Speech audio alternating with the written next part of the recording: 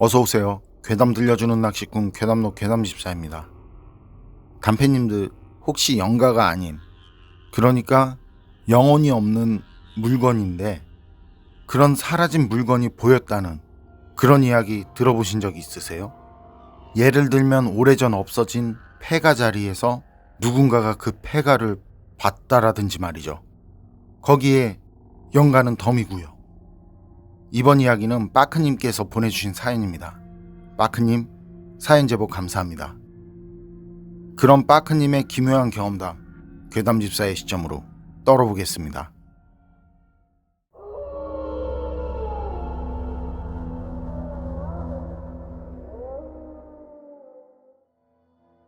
제가 소름 돋는 오싹한 이야기 하나 해드릴게요. 얼마 전에 등산을 갔다가 희한한 경험을 했는데요. 어려서부터 전 영가를 본다든지 이상한 기운을 느끼고 있는데, 그런데 그럴 때면 꼭 몸에서 기운이 빠져나가는 것처럼 기립성 저혈압 느낌 아실지 모르겠는데 마치 그런 상황처럼 어지러움을 느낀다든지 심한 경우엔 쓰러져서 잠깐 기절 비슷한 경험을 하게 되거든요. 전에 말씀드린 사연처럼요. 그래서 어지간하면 음침한 곳이라든지 사람들이 뭐뭐 했다더라 하는 좋지 않은 장소엔 가지 않고 있어요. 특히 절대 혼자 물가나 산에 가는 일은 없고요. 여럿이 가도 고민을 많이 하고 가는 편이죠. 그런데 그날은 일하는 곳에서 직원 단합대에 그런 목적으로 충남 서산에 있는 산으로 다 같이 등산을 간 거라 안 갈 수가 없었어요.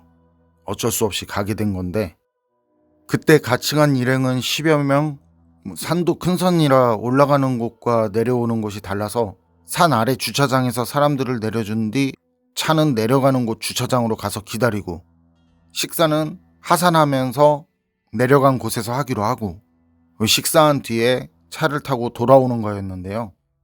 정상에 오르고 내려올 때 산 중간쯤 됐을 것 같아요. 그쯤에서 쉬면서 간단하게 음료도 마시면서 앉아 있는데, 앞쪽에 평평한 자리가 있는 곳에 작은 암자 비슷한 게 있더라고요. 그런데 그게 느낌이지 정확히는 모르겠는데 절 같지는 않았어요. 초가집처럼 작은 나무로 만든 집. 거리는 10m 정도 되는데 주변엔 아무것도 없고. 그런데 거기서 알록달록한 색동옷? 그런 한복을 입은 할머니가 우리가 있는 쪽을 쳐다보는 거예요. 정확히는 저를 보는 거죠. 저랑 그 할머니랑 눈이 마주쳤었거든요. 그런데 머리가 아파오는 거예요. 속이 메스껍고. 그래서 혹시나 하고 보니까 그때 알았죠. 그때 저랑 눈이 마주친 할머니 사람이 아니라는 걸요. 그 할머니 무릎 아래가 없더라고요. 공중에 떠 있는 모습. 그런 느낌이 드니까 사람들한테 말하기도 뭐하고. 그때 그 할머니 자기 앞에 뭔가 있는 것처럼 저를 보면서 손으로 잡는 동작을 했고, 그때 뭔가는 보이지 않는데 뭘 쥐고 있는지도 모르겠고요. 그런데 그렇게 그 할머니가 잡는 동작을 하니까 손에 불이 붙은 것처럼 보이더라고요. 그리고 그 할머니는 굉장히 괴로워했고요. 그러면서도 계속 그걸 어떻게 하려는 것처럼 잡고 있고, 그런데도 눈은 계속 절 쳐다보고 있더라고요. 그때 그 할머니한테서 나쁜 기운은 느껴지지 않는데, 그렇다고 그게 좋은 선한 존재도 아닌 것 같고, 나쁜 존재들은 그 특유의 가슴을 압박하는 거 비슷하게 느껴지는 느낌이 있거든요. 그런데 그건 분명 눈으로 보기엔 좋지 못한 존재 같은데 또 그런 특유의 나쁜 느낌은 들지 않더라는 거죠. 그래서 더 걱정이 되더라고요.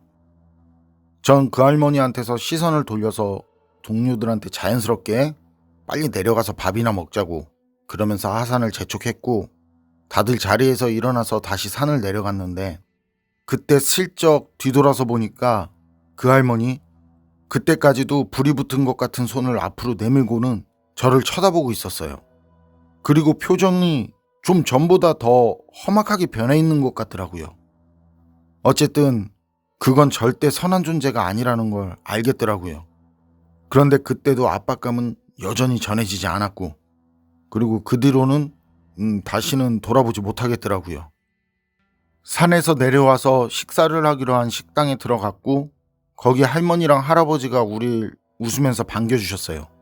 그러면서 이런저런 얘기도 건네시고 그때 제가 넌지시 말씀드렸거든요. 혹시나 해서 말이죠. 궁금하더라고요. 어떤 사연이 있을까 하고. 그래서 중간쯤 내려왔을 때 집 한 채가 있던데 암자 비슷하기도 하고 거기 뭐 하는 곳이냐고 말이죠. 그렇게 물어봤는데 그랬더니 제 곁에 있던 동료들이 그래요. 무슨 집? 어떤 집? 전 그 말을 들으니까 바로 알겠더라고요. 제가 본 그 집부터가 정상이 아니었다는 걸. 그랬거든요. 제가 아니까. 이상하다 싶으면 아까 그런 게 있었잖아 라든지 그런 소리가 들렸잖아 라든지 그런 사람이 있었잖아 이런 말 하지 않거든요. 그냥 그럴 때면 내가 잘못 봤나? 내가 잘못 들었나? 이러고 말아요. 그렇지 않으면 무리 생활이라든지 회사 생활이 힘들어지니까요.